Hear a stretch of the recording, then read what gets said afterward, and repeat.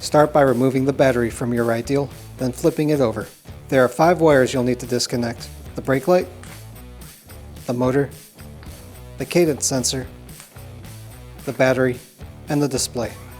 The display connector is inside the frame, so to disconnect it, first pull the rubber grommet out to make the opening wider. Now go to the top of the down tube and push as much slack into the frame as possible. Gently pull the display connector out. Pulling too hard may cause it to disconnect inside the frame. Once all connectors are unplugged, remove the 6 screws on the frame and remove the controller. Install your new controller on the frame with 6 screws, then begin reinstalling cables. When reconnecting the display cable, make sure to run it through the grommet, connect it, tuck the slack into the frame, and then reinstall the grommet. The rest of installation is the reverse of disassembly.